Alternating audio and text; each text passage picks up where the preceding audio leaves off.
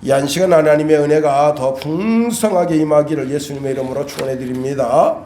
오늘 본문에 있는 말씀을 통해서 이제 나타날 새 일을 기대하라, 그런 제목 가지고 말씀을 살펴보겠습니다. 제가 이제 군생활할 때 일병 휴가를 나와서 양양에 도착했습니다. 양양에서 제가 군생활하는 기사무늬까지 가려면 시내버스를 타고 가야 되는데 약간 한 50분 정도 시간이 있어서 제가 즐겨가던 짜장면집을 갔습니다. 그랬더니 거기 한 아저씨가 오셔서 이렇게 이야기합니다. 그분께서 이제 어부인데 배를 타고 나갔다가 그만 납북됐어요. 그래서 북한에 끌려가서 선장과 기관장만 내버려 두고 그 나머지 선원들은 아주 최고급 여관에 가서 일주일 동안 호화 생활을 했습니다. 이 땅에서, 대한민국 땅에서 누릴 수 없을 그런 정도 아주 호화로운 생활을 하고 일주일 만에 다시 이제 그 배와 함께 남쪽으로 되돌림 받았는데, 이제 국정원에 가서 다 조사받고, 그 국정원 그 직원들이 북한에서 있었던 거 함부로 말씀하지 마시오, 그게 국가보안법에 걸리게 됩니다, 그렇게 이야기했지만 이분이 녹이 나간 거예요. 왜? 북한에 갔는데 거기서 최고 음식을 대접받고, 그리고 색시를 자기 자는 방에 넣어준 거예요. 자기는 어부 출신이라 그렇게 아립답고 고운 처녀를 찾아볼 수도 없었는데, 그래서 이제 이분이 술만 먹으면 내가 북한에 갔었을 때 말이지, 거기에 참 그 집이 그냥 진짜 거북이 등 같은 그런 기와집에다가 말이야, 예쁜 색시 자꾸 이야기하니까 동네 사람들이 간첩 신고는 몇 번이었죠?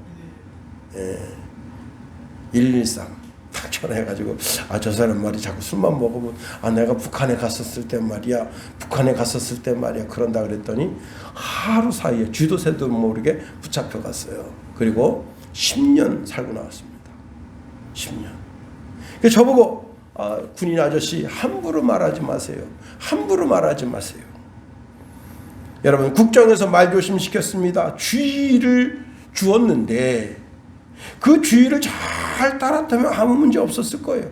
그러나 그 주의를 무시하고 함부로 말하게 되니까 곤욕을 당하게 되는 거예요.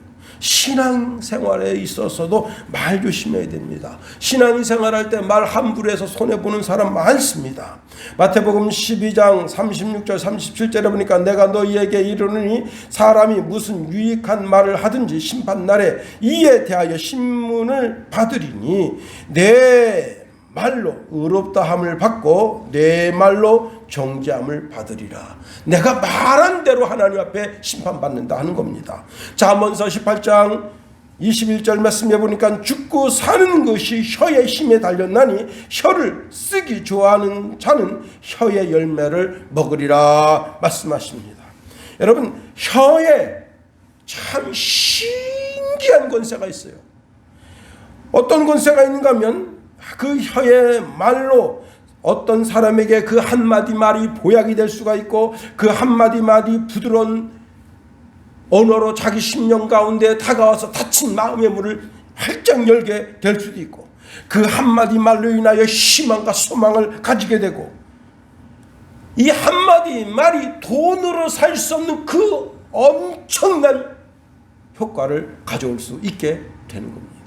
그런데 어떤 사람의 말은 그 말에 독이 들어있어서 아주 잔인하기 짝이 없어요. 한마디 말이 그 사람 심령 가운데 탁 잘 박힌 못처럼 그 사람을 죽이는 거예요. 그 사람 심장을 쪼개는 거예요. 가시 돋친 말이 그 사람 심령에 꽂힙니다. 여러분, 무책임한 유언비어가 그 사람을 죽이는 거예요. 그래서 이 험담은 세 사람을 죽인다. 살인자는 한 사람만 죽이지만 험담은 세 사람을 죽인다. 첫 번째는 그 말을 내뱉는 사람이 죽게 되고, 그 말을 들은 사람이 죽게 되고, 험담한 대상이 죽게 된다는 거예요. 하나님께서 미워하시는 것 중에 여러 가지가 있는데 그 중에 하나가 험담이에요. 잠언서 6장 16절 19절에 보니까 여호와께서 미워하시는 것 곧 그의 마음에 싫어하시는 것이 17가지이니 곧 교만한 눈과 거짓된 혀와 무죄한 자의 피를 흘리는 손과 악한 계교를 꾀하는 마음과 빨리 악으로 달려가는 발과 거짓을 말하는 망령된 증인과 및 형제 사이를 이간하는 자이니라 말씀합니다. 우리가 거룩한 삶을 살려면 혀가 거룩해야 돼요. 말하는 것이 거룩해야 돼요. 모든 사람에게 힘과 용기를 주는 말이 나와야 한다 하는 겁니다. 여러분, 성경에서 고난을 많이 겪은 사람 여러 사람이 있지만 그 중에 우리가 요셉을 들 수가 있는데, 요셉이 형제들의 미움을 받은 이유가 있어요. 그 이유가 무엇인가 하면 창세기 37장 2절에 보니까 요셉이 17세의 소년으로서 그의 형들과 함께 양을 칠 때에 그의 아버지의 아내들 빌하와 실바의 아들들과 함께 더불어 함께 있었더니 그가 그들의 잘못을 아버지에게 말하더라. 그러니까 요셉이 고자질쟁이였다. 고자질쟁이. 형들이 들에서 양을 치는데 어떻게 합니까? 배고프면 양만머리 잡아먹는 거죠.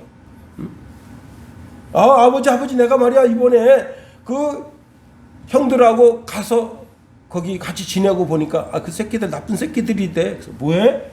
글쎄 말이야, 양 있잖아. 양 한 마리 쓱 잡아가지고 그날 지들끼리 쓱쓱 먹고 나는 양다리 하나 안 주대? 그리고 행인이 지나가니까 여보시 내가 양 2마리 팔 테니 사시겠어. 그러더니 양 한 마리에 20양씩 40양씩 받아가지고는 못된 짓 하는데 그 돈 씁디다. 다 이렇게 저렇게 다 고자질하는 거예요. 요셉이 꿈꾸는 자였기 때문에 형제들이 미워한 게 아니에요. 그 형제들이 고자질하니까 이 새끼 꿈꾼 게 어떻게 되는가 보자 하고는 은이십에 팔아버린 거예요. 시편 101편 5절에 보니까 자기의 이웃을 은근히 헐뜯는 자를 내가 멸할 것이요 눈이 높고 마음이 교만한 자를 내가 용납하지 아니하리로다 말씀하십니다. 우리는 서로 칭찬하고 위로하고 격려하며 살아도 힘든 세상이 이 세상이에요. 서로가 서로에게 상처 주는 말을 하면서 살면 너무 힘든 세상이에요. 그렇습니다. 하나님도 우리를 사랑하시기 때문에 하나님의 자녀인 우리에게 힘내라고 권고해 주시고, 조금 잘해도 아주 크게 칭찬해 주시고, 혹 내가 잘못된 길로 가고 꾸중들을 만한 일이 있어도 참고 인내하시고 언젠가는 회개하고 돌이키겠지 하고 우리를 참아 애쓰시는 거예요. 욥기서 5장 17절에 보니까 볼지어다 하나님께 징계를 받는 자는 복이 있나니 그런즉 너의 전능자의 징계를 업신여기지 말지니라 말씀합니다. 내가 너무 못되게 굴어. 그럼 하나님이 은근히 징계하는 거예요. 내가 아무리 나쁜 짓을 해도 하나님이 나를 치지 않으신다. 그럼 복될 것이 하나도 없는 사람입니다. 내가 하나님의 자녀가 아닌 것이 증거로 드러난 거예요. 육신의 부모도 내가 잘못하면 크게 혼내서 다시는 잘못된 길로 가지 않게 합니다. 하물며 하나님 아버지이시겠는가 하는 거예요. 하나님은 우리 아버지가 되십니다.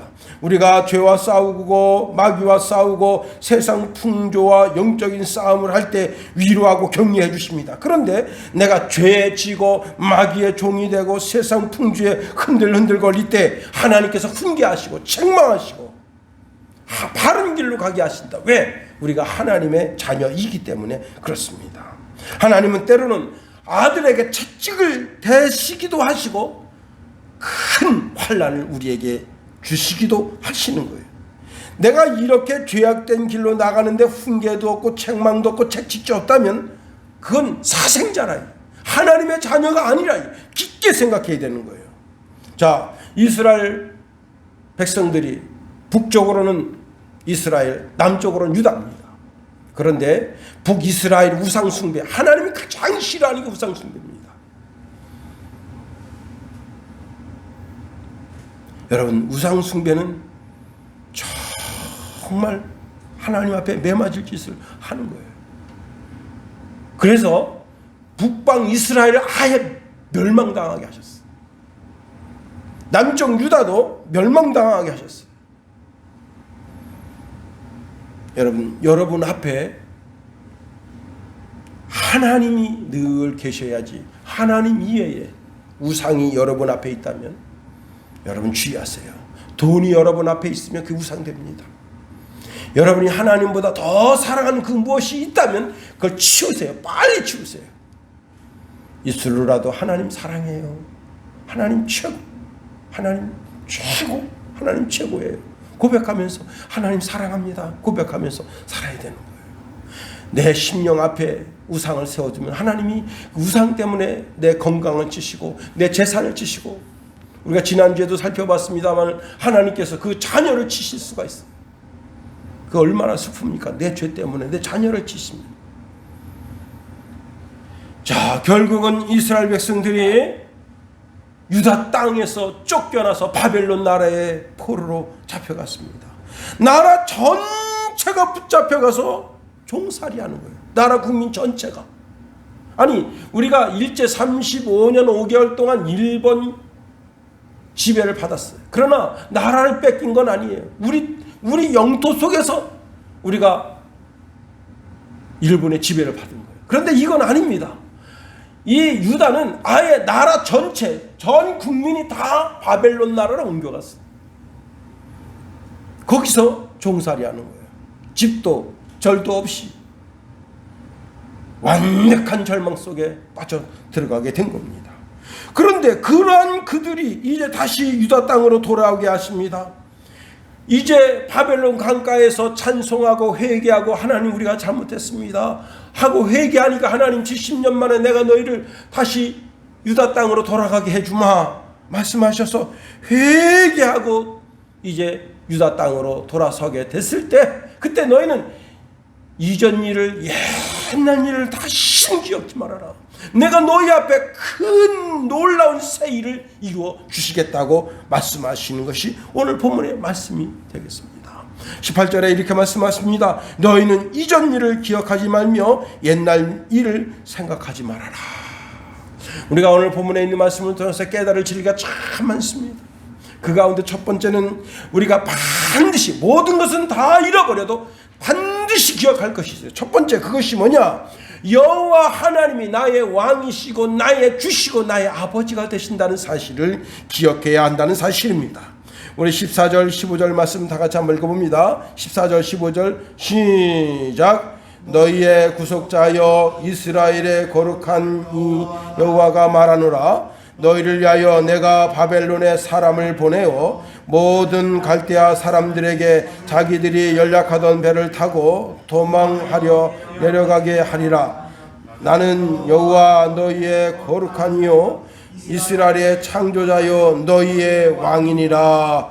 여러분, 우리가 이제 설날을 맞아서 새롭게 출발하는 새로운 선상에 섰다 하는 겁니다. 2023년을 맞이하고 우리가 지금 22일 날이거든요. 오늘이 1월 22일 날 다시 또 새로운 출발을 할 수 있는 설날을 맞이했습니다. 비행기도 날아오르기 위해서는 활주로에 딱 서게 됩니다. 배들도 항구에 딱 정비하고 있어요. 자동차도 새로운 출발을 하기 위해서 주차장에서 다 시동을 걸고 다 준비하고 있어요. 다 새로운 출발할 때 마음가짐이 다 있는 거예요. 하물며 인생이겠는가 하는 겁니다. 우리가 설날을 맞아서 새 출발하려고 하는 마음가짐이 무엇이어야 되느냐? 여호와 하나님이 나의 왕이시다 하는 거예요. 시편 145편 1절에 보니까 왕이신 나의 여호와여 내가 주를 높이고 영원히 주의 이름을 송축하리이다. 내가 날마다 주를 송축하며 영원히 주의 이름을 송축하리이다. 여호와는 위대하시니 크게 찬양할 것이라. 그의 위대하심을 측량하지 못하리로다 말씀합니다. 여호와 하나님이 어떤 분이시느냐? 그분이 나의 구속자, 나의 창조자, 그리고 바벨론 사람들 다 내쫓아 주시는 분, 그분이 나의 왕이시고 나의 주가 되시고 나의 아버지가 되신다 하는 겁니다. 사무엘 선지자가 활동하던 시대에 이스라엘 백성들이 왕을 세워달라고 사무엘 선지자에게 왔습니다. 주변 국가는 다 왕이 있는데 이 이스라엘은 왕이 없어요. 그때 하나님께서 이렇게 말씀하십니다. 사무엘상 8장 7절에 보니까 백성이 내게 한 말을 다 들으라. 그들이 너를 버림이 아니요 나를 버려 자기들의 왕이 되지 못하게 함이니라 말씀합니다. 이스라엘 백성들이 하나님을 섬기는 신앙 가운데서 하나님을 왕이라고 고백하면서 신앙생활하면 하나님께서 선지자를 통해서 나라를 다스리고 통치할 때 아무 부족함 없게 해주시는데, 이들이 왕을 달라고 한 그 내면 깊은 속에는 하나님에 대한 불신앙이 있어서 결국은 그 불신앙 때문에 하나님을 버리게 됐다. 여러분, 왕이 하나님을 잘 섬기는 왕이 있습니다. 그러면 온 유다 백성이 다 하나님을 다 잘 섬겨요. 그런데 아합 같은 왕이 있으면 그 백성들이 다 하나님 버리고 바알과 아세라를 섬기고 더럽고 더러운 우상을 섬기면서 하나님 배반합니다. 결국은 이들이 바벨론 나라로 포로로 잡혀가게 된 그 핵심적인 이유가 뭐냐? 바로 이거예요. 우상숭배. 여러분, 우리가 2023년 설날 아침에 여호와 하나님만이 나의 왕이십니다. 여호와 하나님만이 나의 주십니다. 여호와 하나님이 나의 아버지가 되십니다. 라고 고백하면서 나아가야 되는 거예요. 여호와 하나님이여, 주밖에는 나의 왕이 없습니다. 오직 여호와 하나님만이 나의 주가 되십니다. 라고 고백해야 되는 거예요. 여러분, 왕을 내시는 이도 하나님이십니다. 세상의 지도자를 내시는 이도 하나님이세요. 세상 권세 그 어느 것 하나님께로부터 나지 않음이 없다 하는 겁니다. 전 세계를 다스리는 왕으로, 지도자로 다 하나님이 내십니다. 그렇습니다. 왕들을 내시고 지도자를 내시는 그 하나님을 나의 하나님으로, 나의 왕으로, 나의 주로, 나의 아버지로 모셨습니다. 감사하고 또 감사하고, 우리가 날마다 주밖에는 나의 주가 없습니다, 하나님 밖에는 나의 주가 없습니다 라고 고백하며 나가면 하나님이 얼마나 기뻐하시겠어요. 우리나라 박정희 대통령님이 대통령이 됐는데 북한이 더 잘 살아요. 우리나라보다 8배 더 잘 살아요, 북한이. 그래서 대한민국을 수출 강국으로 만들어야 되겠다 해서 모든 무역 회장들을 불러서 다 내다 팔아라, 다 내다 팔아라. 한번 우리나라가 한번 수출 강국 돼보자. 내다 팔 게 없어요, 사실은. 근데 내다 팔아라, 내다 팔아라. 그런 한 무역 회사 세일즈맨이 아프리카에 갔습니다. 현지에 가서 이제 담당자하고 미팅을 하는데 그 나라 대통령이 무역하는 사람하고 만났어요. 만났는데 거기 보니까 자기 이름이 박무식이 돼 있어요. 이름이 범상치가 않습니다. 이 나라 대통령이 박정희인데 이 세일즈맨 이름이 박이란 말이에요. 박으로 시작한단 말이에요. 그래서 이 사람이 자기 나라 대통령한테 이 사람 범상치 않은 사람이다, 이 사람 잘 새겨두면 좀 도움이 될 것 같다. 그래서 대통령을 소개시켰어요. 그 대통령이 이렇게 물었어요. 미스터 박, 당신네 나라 대통령이 박씨 아닙니까? 그러니 혹시 가족입니까? 그랬더니 순간적으로 내가 그렇다 그러면 물건을 많이 팔아먹을 수 있겠다고 하는 그런 비상한 생각이 들어서 그렇습니다. 박 대통령님은 나의 형님이 되십니다. 그랬더니 이 대통령이 그냥 너무 좋다고, 대통령님 아우가 왔다고 그래가지고 물건을 많이 사주라고 텔레비전, 냉장고 그냥 어마어마하게 사준 거예요. 이 사람이 이제 물건 팔고 국내로 딱 들어와서 좀 찜찜합니다. 그래서 자기 회장님한테 회장님 제가 가서 그 대통령이 대통령을 만나게 된 대통령이 혹시 당신네 나라 대통령이 박씨인데 혹시 그 대통령님하고 친척 되느냐 물어봐서 제가 그만 실수로 저희 형님이십니다 그랬습니다. 야, 이 사람은 큰일 날 사람이네. 지금 박정희 대통령님이 지금 아프리카 여러 정상들 초청해서 오는데 그 중에 한 사람이 그 나라 대통령이 온다. 이거 어떡하나. 이제 무역회사 회장이 청와대 전화를 했어요. 박정희가 만나러 오라. 카카 큰일 났습니다. 왜? 우리 세일즈면 하나가 그만 그 나라 가서 어떻게 무역상을 만나다가 무역 대표랑 이런저런 얘기하다 대통령이 거기 개입해서 요만저만해서 대통령님하고 어떻게 되냐 우리 형님 되십니다. 그래서 거짓말했답니다. 박정희가 꺽꺽꺽 웃으더니 그럼 내 동생이라 하면 되지. 대통령님은 대통령님하고 이 사람하고 이 박씨가 틀려요. 제가 여기 써놨는데 대통령님은 고령 박씨고 이 사람은 반남 박씨래요. 그랬더니 대통령님이 껄껄 웃으면서 이 사람아 우리 나 같은 당군의 자손인데 박남 박씨면 어떻고 고령 박씨면 어떠나 수출 잘해서 부자 되게 하는 흥부 박씨가 최고지. 그리고는 이제 그 다음에 그 대통령을 만났을 때 우리 아우가 갔었다면서요. 그러면서 그 일을 무마해 줬다는 겁니다. 여러분, 대통령이 그 수치와 허물을 덮어주고 그 일개 사원을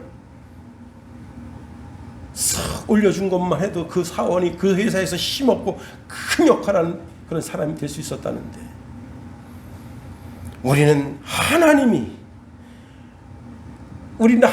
자녀 사칭하는 것도 아닙니다. 우리는 하나님의 자녀예요. 요한복음 1장 12절 13절에 보니까 영접하는 자 곧 그 이름을 믿는 자들은 하나님의 자녀가 되는 권세를 주셨으니 이는 혈통으로나 육적으로나 사람의 뜻으로 나지 아니하고 오직 하나님께로부터 난 자들이니라. 하나님께로부터 났다라고 하는 말은 위로부터 태어났다는 거예요. 우리가 다 어머니 아버지가 사랑해서 어머니의 자궁을 통해서 태어난 것처럼 하나님께로부터 태어남을 입은 하나님의 신령한 주의 백성이라는 거예요. 그래서 하나님께서 나를 내가 하나님 아버지 그럴 때 부끄러워하지 아니하신다는 거예요. 그리고 한 성을 예비해 주셨다는 거예요. 예수님도 우리가 예수님을 가리켜서 나의 주님, 나의 왕이신 예수님, 나의 형님, 나의 오빠 그렇게 해도 부끄러워하지 아니하신다는 거예요. 왜? 나를 한 가족으로 받아들이신다는 거예요. 여러분, 2023년도 1월 21일 설날을 맞아서 새롭게 출발하면서 하나님이 나의 아버지시다. 하나님만 나의 아버지시다. 그분이 나의 왕이시고 그분이 나의 주가 되신다. 이런 생각을 가지고 힘차게 전진한다면 얼마나 멋진 한 해가 열려지겠습니까? 두 번째로, 지난 일은 다 잊어버리고 다 버리라는 거예요. 여러분, 집안에 쓰레기가 있으면 다 버려야죠. 어제 이제 설날 음식 준비한다고 우리 김선혜 사모가 당신 할 일 없으니 이거라 좀 갖다 버려주시오. 제가 쓰레기 갖다가 다 그냥 버리니까 그 조그만 강아지가 뭐 신기한 거 버리나 하고 또 쫓아와서 막 뒤집니다. 야, 이놈아, 개밥 주는데 개밥 그 좋은 거 먹지 그걸 왜 뒤지냐 그랬더니 그래도 좋대요. 참네. 여러분, 쓰레기를 다 갖다 버려야지. 전밭에 다 갖다 버려야지. 미국의 한 할머니가 자기 남편이 죽고 연금으로 생활하는데, 여러분, 갑자기 어느 순간에 혼자 사니까 우울증이 왔어. 사람 만나는 게 싫어졌어. 집 밖에 우연히 사람 스치는 것도 싫어합니다. 그런데 밖에 나갔다가 뭐 하나 주워다가 자꾸 집에 차곡차곡 쌓아두는데 몇 년 동안 쌓아뒀냐? 17년 동안 쌓았어요. 17년 동안. 그 넓은 집에다가 17년 동안 종이떼기 갖다 쌓아놓지, 뭐 플라스틱 괜찮은 거 쌓아놓지, 누가 버린 다리미 좋은 거 괜찮은 거 같으면 쌓아놓지, 선풍기 같은 거 쌓아놓지. 우리나라 할머니하고 똑같아. 17년 동안 차곡차곡 쌓았는데 이 할머니가 한 달에 딱 한 번 은행을 가요. 왜 은행을 가냐면 연금 나오는 거 찾으러. 그리고는 이제 슈퍼마켓을 가는데도 밤늦게 사람들 잘 안 보는 시간대 가서 이렇게 사사가지고 먹고 그렇게 생활을 합니다. 그러는 가운데 바로 옆집에 새댁이 이사를 왔어요. 새댁이, 젊은 새댁이 이제 보니까 할머니 혼자 그렇게 사시니까 할머니 안녕하세요 그러니까 인사도 안 하고 그냥 막 들어갑니다. 그런데 이 새댁이 점점 그분하고 가까이 지내다가 이 할머니가 이 새댁을 가까이 할 수밖에 없는 일이 터졌는데 뭐냐면 이 할머니가 몸에 병이 났어요. 그러니까 연금을 누가 찾아다 줘야 되는데 찾아다 줄 사람이 없어. 그래서 새댁 왜 그러세요? 내가 말이야 몸에 병이 나서 그런데 그 연금 좀 찾아다 줄 수 있나? 그래서 이제 할 수 없이 이 새댁하고 이 할머니하고 대화가 되면서 가깝게 지나게 된 거예요. 하루는 연금을 찾아가지고 이제 그 집에 들어가려고 했더니 와, 그 문을 여는 순간 거기서 세상에서 맡아보지 못한 더러운 향기가 쫙 나오는데 너무 놀란 거예요. 그래서 할머니 이게 무슨 냄새도 딱 보니까 집 전체가 다 쓰레기. 그래서 우리나라 같은 이제 동사무소 이런 데다가 전화를 했어요. 해가지고 이 할머니 집 전체가 쓰레기다. 이 할머니 우리 집에 모실 테니 좀 자원봉사자 해서 이 집 쓰레기 좀 치워달라. 그래서 이 할머니 자기 집에 강제로 모셨습니다. 며칠 모셨느냐? 15일 동안 모셨어. 이 쓰레기만 치우는데 7일 동안 치웠어. 차를 갖다 대고 그냥 다 치우고 그다음에 집 전체를 다 깨끗하게 수리했어. 깨끗하게 수리한 다음에 이 할머니를 그 집에 딱 들여보내니까 아 이거 우리 집 아니다 이거야. 이거 할머니 집이에요. 깨끗하게 수리했다. 그러면서 그 할머니가 밝아졌어. 이 젊은 세대를 쫓아서 교회 다니고 교회 나가니까 자기처럼 늙은이들이 많아요. 같이 떠올리고 하하호호 하하호호와 그래서 여러분 추수감사절날 그 연금으로다가 칠면조를 탁 해가지고 자기가 튀기지를 못하고 파는 거 있잖아요. 그거 탁 해가지고 이웃집 초대해서 같이 음식을 대접하고 그렇게 했다. 여러분 쓰레기를 치워야지. 내 집안에 있는 쓰레기. 그런데 우리 기억 속에 쓰레기 같은 기억이 많아요. 내 인생의 발목을 잡는 쓰레기가 많아요. 그 내 두뇌 속에 들어있는 잘못된 쓰레기 같은 그런 잘못된 사상 다 버려야지. 그렇습니다. 다시 말하면 내 심령을 깨끗하게 수리하라.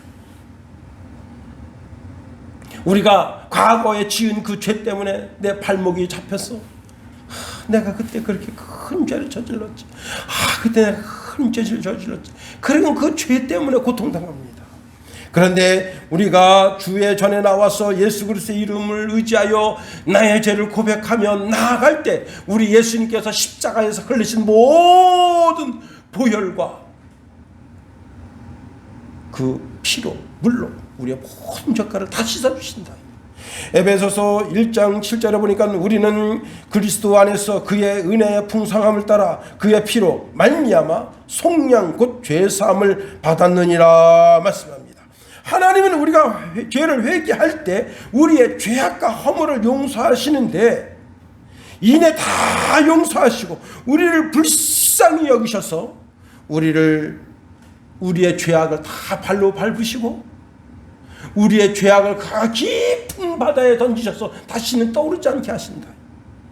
미가서 7장 17절에 보니까 다시 우리를 긍휼히 여기셔서 우리의 죄악을 발로 밟으시고 우리의 모든 죄악을 깊은 바다에 던지시리다 말씀했습니다. 하나님은 우리의 죄악을 도말해 버리시는 분이시다. 내 죄를 다시는 기억지 아니하리라 말씀하셨어요. 동이 서에서 먼 것처럼 우리의 젓가락을 멀리 옮기신다 말씀하셨어요. 시편 103편 12절에 보니까 동이 서에서 먼 것 같이 우리의 죄악을 우리에게서 멀리 옮기셨으며 말씀하십니다. 우리의 죄악을 다시는 기억지 않으신다. 우리의 죄악을 그냥 관과해 주신다 말씀하셨어요. 최근에 광고하는 광고를 보니까 독일에서 아주 그냥 그 철수샘인데요, 스테인리스 아주 얇게, 정말 얇게 만들어 가지고 그걸 가지고 이제 페인트도 지워요. 이거는 철수샘이는. 야, 지우개도 그런 지우개가 없어. 그래서 내가 하나 사고 싶더라고. 근데 그것까지 5뭉치가 38,500원인가 그래요. 그래서 지금은 아니구나. 이제 1년 정도 지나면 좀 싸게 내려가겠지 하고 그냥 보기만 하고 말았는데, 여러분 지우개 그 철수세미로다가 웬만한 데 붙은 그 페인트를 이렇게 광고해 놓은 거 있잖아요. 슥슥슥슥 하면 싹 지워져요. 우리 김선혜 사무가 옆에서 보고 있더니 현혹되지 마세요. 왜 당장 살 것 같으니까 현혹되지 마세요. 다 가짜입니다. 그런데 가짜인지 아닌지는 모르지만 아니 그 페인트로 써놨는데 그게 지워지니까. 여러분 세상에 신비한 게 참 지우개입니다. 일본에는 이렇게 볼펜으로 쓴 것도 지우는 지우개가 있어요. 깜짝하게 지워집니다. 우리 예수님의 피로 우리의 죄를 깨끗하고 깔끔하게 지워주십니다. 다시는 기억지 않게. 나는 원래 그런 사람이야. 나는 그렇게 죄를 지을 수밖에 없는 본성이 그런 사람이야. 그런 사람 없습니다. 여러분 꺼져가는 등불도 끄지 않으십니다. 여러분 등불이 꺼질 때, 집안에 있는 호롱불이 꺼질 때 그 심지에서 타는 냄새가 진짜 아주 매캐하고 눈을 따갑게 하고요. 그게 콧구녕 들어가면 콧구녕과 요 밑에 싹 한번 그 고속도로를 내고 그래요. 그런데 그 꺼져가는 등불도 끄지 아니하시면서 그 등불이 다시 일어나서 빛을 발하기를 원하시는 분이 우리 하나님이세요. 갈대가 꺾였습니다. 꺾인 갈대는 다시 쓸 수가 없어요. 그런데 그 꺾인 갈대가 다시 붙어서 이스매가 단단해지고, 그래서 그 갈대가 온전히 성장해서 다시 쓰임받게 되기를 원하시는 분이 우리 하나님이시다. 여러분 베드로가 예수님 보는 면전에서 3번 부인하고 갈릴리 바다에 가서 고기 잡 어부가 됐어. 완전히 실패했어. 그런데 주님 다시 찾아가셔서 과거를 잊고 새 출발하라. 이제 하나님의 양들을 먹이는 목자가 되라 말씀하십니다. 여러분 마가 요한은 마가복음을 쓴 사람이에요. 바울을 따라서 전도 여행 갔는데 실패했어요. 여러분 전도자를 쫓아서 바울 선생님이 설교할 때 멋있어 보여요. 수많은 사람들이 목사님 아멘. 그래서 참 나도 저 바울 같은 그런 선교자가 돼야지, 설교자가 돼야지 막 그렇게 꿈을 꾸면서 이제 나도 선교사로서 이번에 바울 목사님이 가는데 악을 골짝 빈들에도 복음 들고 가오리다. 나도 쫓아가야지. 가는데 이게 웬일입니까? 아니 가면 삼시세끼 밥은 먹어야 될 거 아니에요. 그냥 전도여행 갔는데 밥 안 주면 그냥 굶는 거야. 그러니 나이 든 사람 오늘 못 먹으면 내일 먹겠지 하고 참는데, 이 젊은 마가는 그게 아니에요. 못 견디겠어. 그리고 집에 이제 어머니 생각, 집에 두고 온 색시 생각, 이런 생각 저런 생각해서 난 못하겠어요. 그리고 가버린 거예요. 실패했어. 그런데 여러분 그 실패한 마가 요한을 바나바가 붙잡습니다. 그를 데리고 다시 전도여행을 가면서 그를 다시 말씀 가운데 세워줍니다. 그랬더니 나중에 세월이 지난 다음에 바울이 마가를 자기 아들이라 했어. 그 마가가 이제 주의 제자들과 함께 같이 지나면서 거기서 들은 말씀을 잘 정리해서 마가복음을 쓴 거예요. 만일 그때 마가가 완전히 넘어졌더라면, 내가 이렇게 나 같은 놈이 뭐 인생 뭐가 되겠어. 에휴, 나는 안 돼. 그리고 완전히 넘어졌더라면 마가복음을 쓸 수 있겠어요? 바울이 늙어서 마가를 데리고 가라. 마가는 나한테 유익한 사람이다. 그렇게 말할 수 있겠어요? 여러분, 요한계시록에 보면 주님께서 7교회 가운데 책망하는 교회들이 있어요. 야, 완전히 넘어졌으니까 넌 이 새끼야 이제는 내 새끼가 아니야.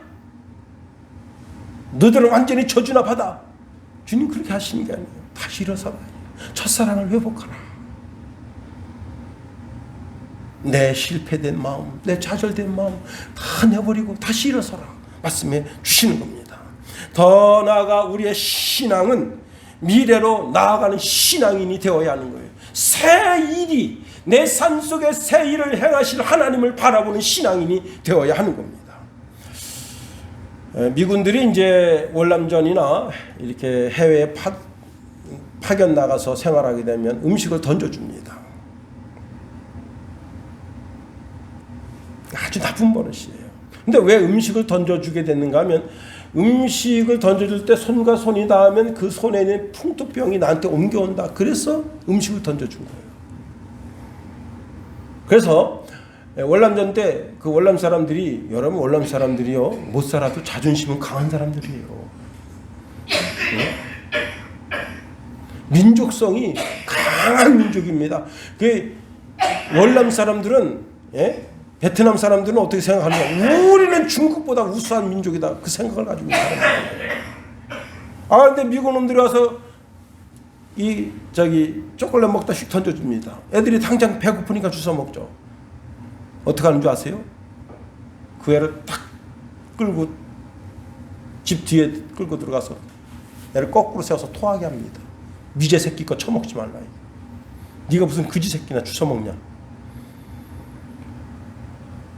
그것을 안 한국 군인들은요, 절대 던져주지 않습니다. 애가 배고파서 이렇게 손을 내면 가다가 행군을 멈추고 쫓아가서 손에 얹어줘요. 그리고 베트남 언어로다가 인사를 해줍니다. 그러니까 그 애도 기뻐하고 받는 부모도 기뻐하고, 또 베트남 사람이나 한국 사람이 얼굴이 똑같이 생겼단 말이야. 한국 사람요, 베트남 가서 햇빛 일주일만 쐬보세요. 베트남 사람하고 똑같아. 그리고 지금이나 한국 사람 키가, 그 옛날에는 다 키가 조그맸어요. 일제 막 그냥 고통당하고 그래가지고, 베트남도 일본한테 고통당했지, 우리도 일본한테 고통당했지, 다 20년심이란 말이에요. 그래가지고 한국 사람들이 은근히 좋아하는 그런 게 있어요.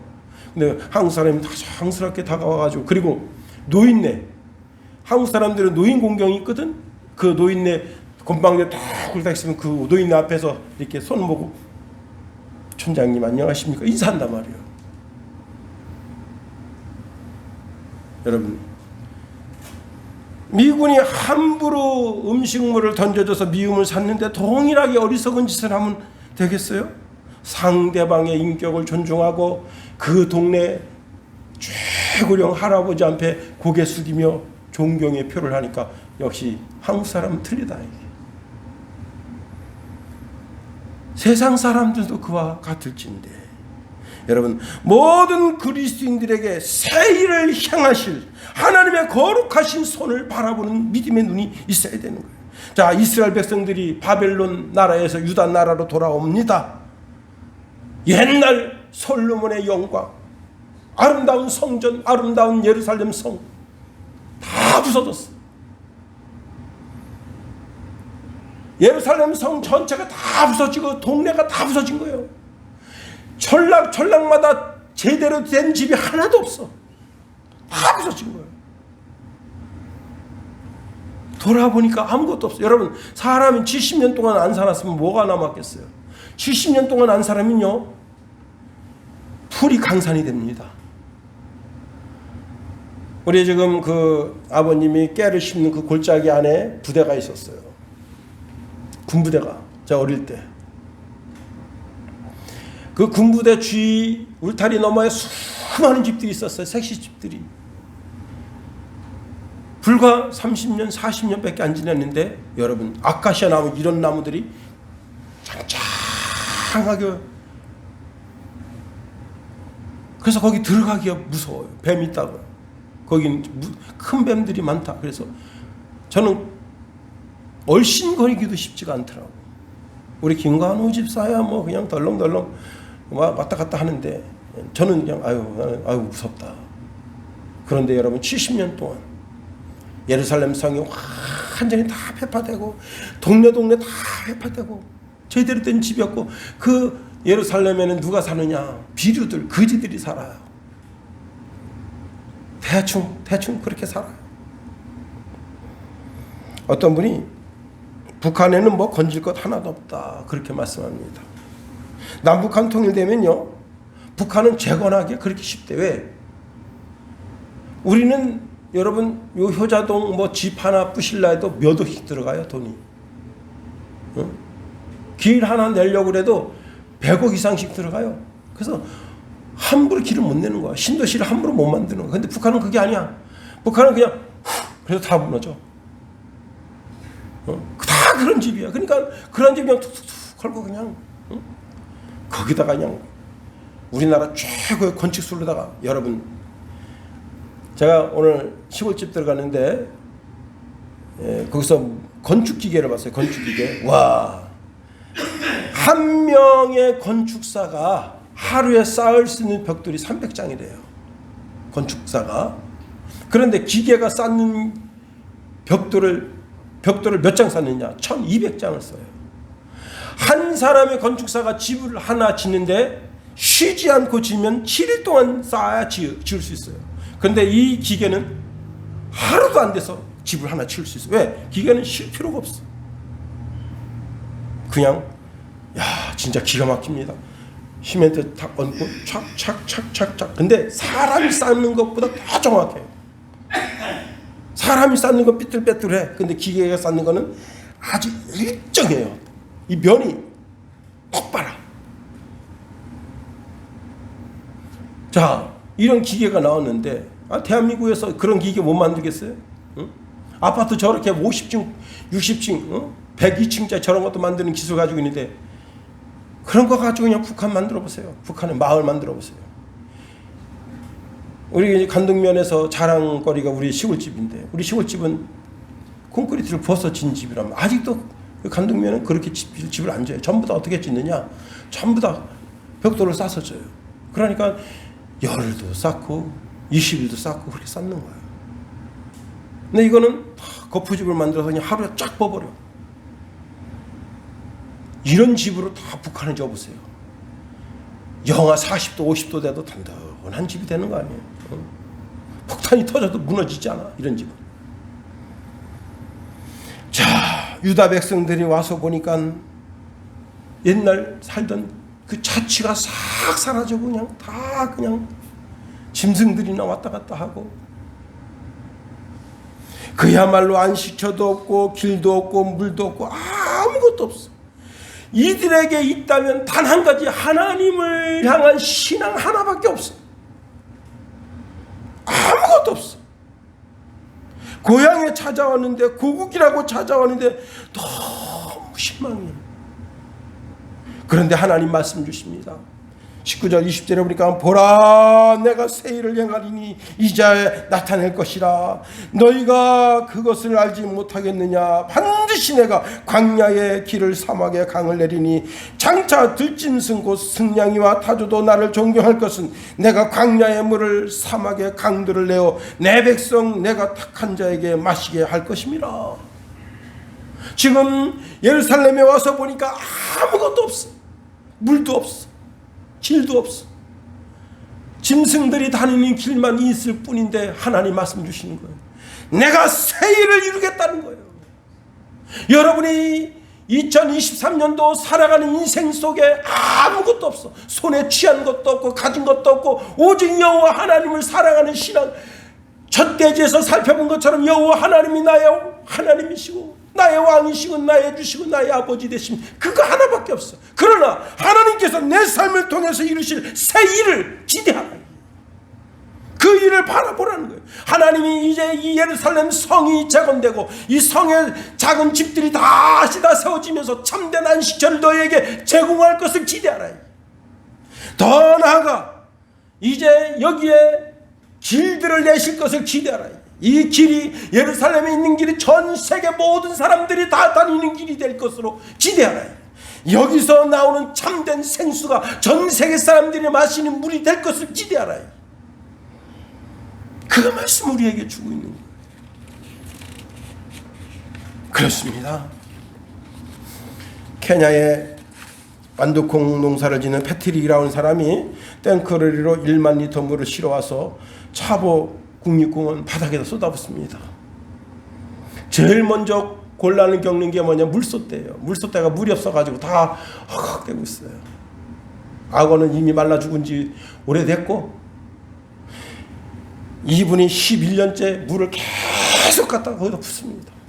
그 차가 오면 모든 동물들이 하던 일을 멈추고 그 차를 쳐다봅니다. 거기다 물을 쏟아붓는데 여러분 1만 리터. 1만 리터 물은 가격이 26만 원. 이분이 왔다 갔다 하는 거리가 80km예요. 오는 길 40km, 가는 길 40km. 물이 잔뜩 실렸기 때문에 달릴 수가 없어. 천천히 와야 돼요. 2시간 동안 와야 돼. 길이 그렇게 좋은 길이 아니야. 쏟아붓고는 다시 가요. 1시간 동안 갑니다. 그리고는 또 물을 받아요. 내일 또 실어다 주려고. 사람들이 아이 미쳤구만. 이 사람아 자네 농사나 잘 져. 얼마나 많은 사람이 비판했습니까? 얼마나 많은 사람이 손가락질 했습니까? 그런데 그의 선행이 알려지면서 전 세계 사람들이 그래 너가 그렇게 물을 떠다가 그렇게 차보공원 많은 동물들을 살리고 식물들을 살리니 우리가 너를 돕겠다. 4억 5천만 원 돈이 들었다.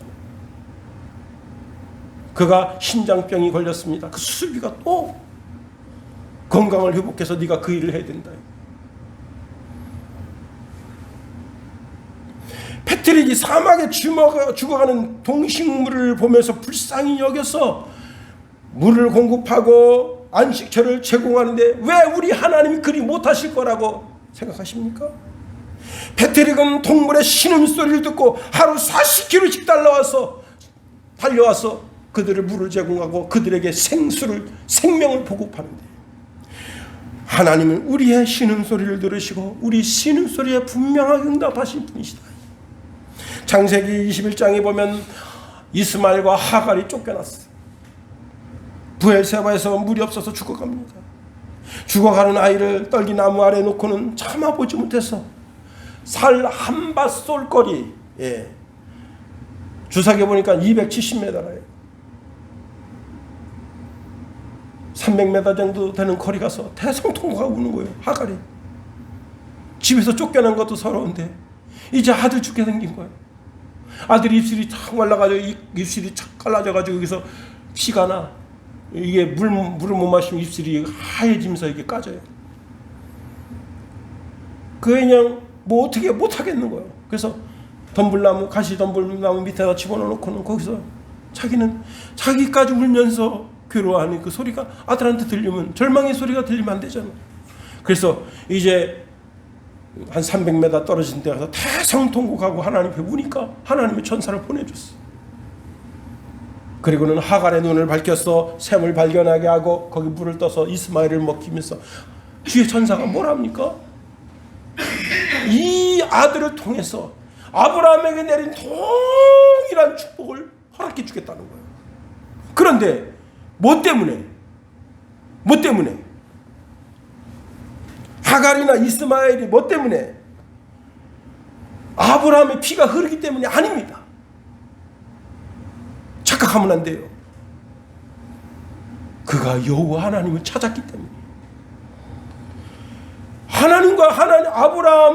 하나님께서 아브라함에게 약속하신 약속이 이스마엘과 하갈은 전혀 상관없는 사람들이에요. 그러나 그가 하나님을 찾으니까, 하갈이 하나님을 찾고 이스마엘이 하나님을 찾으니까 하나님께서 이삭보다 더 크게 해주시겠다는 거예요. 하물며 우리겠냐 이거예요. 여러분 하나님을 찾으세요. 여러분이 하나님을 가까이 하면 그분이 여러분을 가까이 하십니다. 여러분이 가까이 하는 것보다 더 가까이 하신다. 하갈이 하나님 나의 하나님, 아브라함이 하나님 나의 하나님, 그분이 나의 왕이 되시고 나의 주가 되시고 나의 아버지가 되신다. 또 예수님께서 나를 위해서 처소를 예배하러 가신다 하셨습니다. 하나님은 우리가 예수님의 형제임을 아시고 우리를 부끄러워하지 아니하시고 한 성을 예배해 주셨다. 참된 안식처를 허락해 주셨다. 천국을 예비해 주시고 이 땅에서 예수 그리스도를 구주로 의지해서 믿고 사는 모든 사람에게 참된 안식을 주신다 하는 겁니다. 여러분, 보라, 내가 새 일을 행하리니 이제 나타날 것이다. 왜? 하나님을 찾으니까, 하나님 의지하니까. 아무것도 없는 버려진 도성, 아무도 살지 않는 버려진 도성 같은 예루살렘 성에 와 있는 믿음의 사람을 향해 내가 이제 새 일을 이루어주마. 하나님이 나의 주가 되시고 나의 왕이 되시고 나의 아버지가 되셔서 결국 내 입술로 나를 찬송하고야 말게끔 하겠다 말씀하시면서 21절 말씀을 주십니다. 이 백성은 내가 나를 위하여 지었나니 나의 찬송을 부르게 하려 함이라. 내가 너의 삶 속에 이루어진 이 놀라운 일들과 사건을 통해서 나를 찬송하지 않을 수 없도록 그렇게 내가 기적과 이적을 베풀어 주마.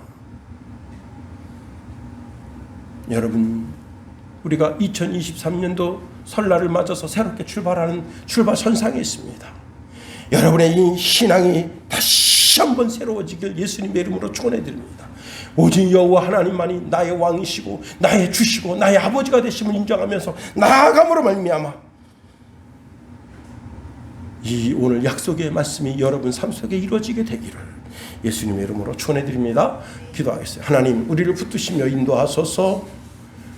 보라, 내가 새 일을 행하리니 이제 나타날 것이라 약속하셨는데 하나님, 2023년도 오직 주의 이름을 부르며 나아가는 주의 백성들에게 동일한 역사를 이루셨습니다. 우리의 눈으로 우리의 귀로 듣지 못한 하나님의 놀라우신 역사를 우리 눈으로 보고야 되고 우리 입술로 찬송하게 허락하소서.